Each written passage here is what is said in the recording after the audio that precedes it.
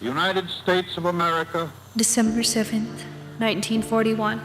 was suddenly and deliberately attacked Japanese Americans shared in the horror of millions of Americans. by naval and air forces of the Empire of Japan. As the Empire of Japan bombed Pearl Harbor.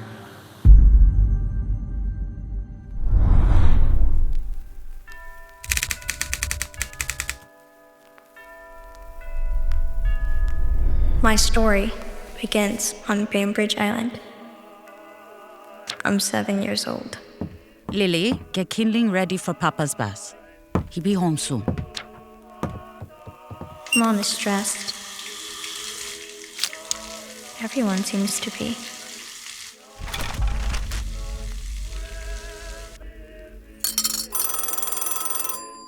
Hello? Oh, hi, Mr. Friedlander. Oh, that's Papa's work. Papa works across the water in Seattle. He's their best salesman. What do you mean? Arrested? Oh, no, I didn't know. Oh, yes, I understand. Thank you. Thank you so much, Mr. Friedlander.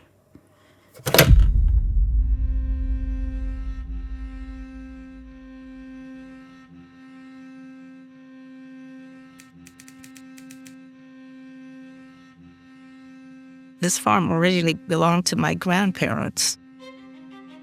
My grandpa was late to find property to become his farm, and so the only available place with any acreage was here on Fletcher's Bay on Bainbridge Island.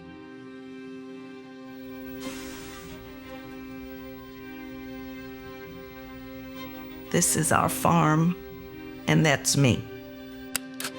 The very first Bainbridge Island Japanese immigrant that we can track to the U.S. Census arrived at Port Blakely on Bainbridge Island in 1883. So that means by 1942, the longest standing families on the island could have been there for 60 years. And that could have been 2 whole generations. Bainbridge Island is about halfway down Puget Sound. And it's about a 35-minute ferry ride from Seattle. Among Japanese American immigrants, most were mill workers at the world's largest sawmill at the time, at Port Blakely Mill.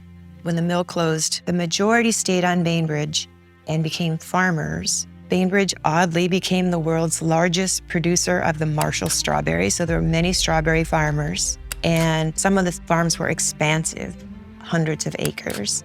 Bainbridge Island is a little bit different in its isolation and its kind of limited size, and the fact that everybody was really integrated together. I often marvel because when I have been interviewed and I've asked about my experience, and I would honestly have to say that at that time I was a child and I had no idea that there was a war or that it was such a terrible, traumatic time for the adults.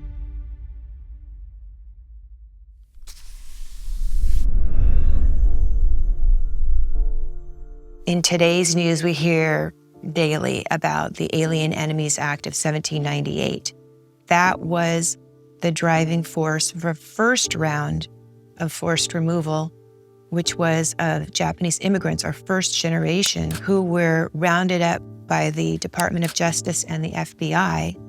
No hearing, no charges.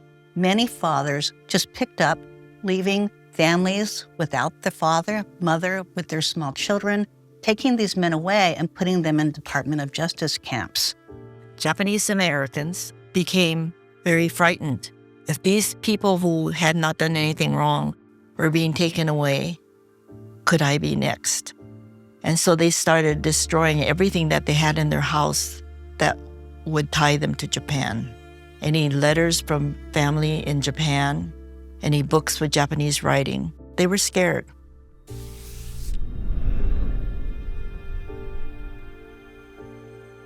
After the bombing of Pearl Harbor, the popular press, legislators on every level of government called for the removal of persons of Japanese ancestry from the West Coast. President Roosevelt heard those calls and issued Executive Order 9066.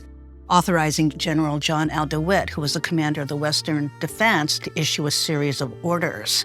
The first was an order designated the western halves of California, Oregon, and Washington and parts of Arizona as the military zone.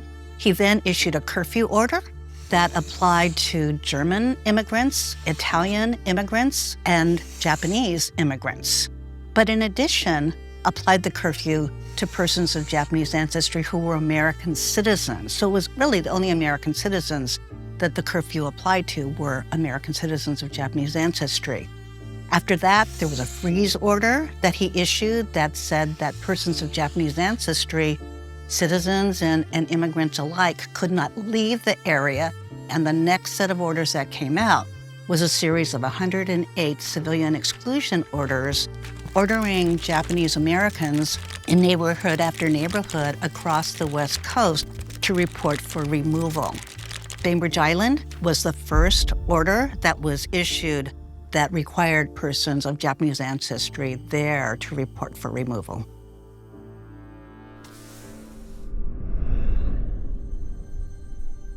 March 24th, 1942, the Army brought posters to downtown Winslow on Bainbridge Island and literally posted the exclusion order number 1, calling all Japanese persons, both alien and non-alien, to report for removal. When you say alien, you know that it means immigrants. And when you say non-alien, it stands for citizens. Evacuation. Evacuation has the implication that we are taking you to safety. And that's going from a dangerous place to a safer place. And that was totally not the case when we were, quote, evacuated. You weren't given a choice, and you were going to be removed, torn from your home. It's not evacuating you to safety. That is the most convoluted way to avoid admitting that you are unconstitutionally telling people without due process that they're to report here, whether you're a non-alien or not, meaning whether you're an American citizen or not. You had to leave your homes, your jobs, your farms, your businesses. You were going to be sent somewhere in the United States, but we didn't know where it was going to be. The night before we were to be going, Mama said, tomorrow we're taking the ferry to Seattle and it'll be like a vacation. We're going on vacation. Is everything okay, Mama? Hey, you know what? I forgot to tell you. We're going somewhere tomorrow, Lily. We're going on a ferry? What? A train? It'll be like a vacation. Yay!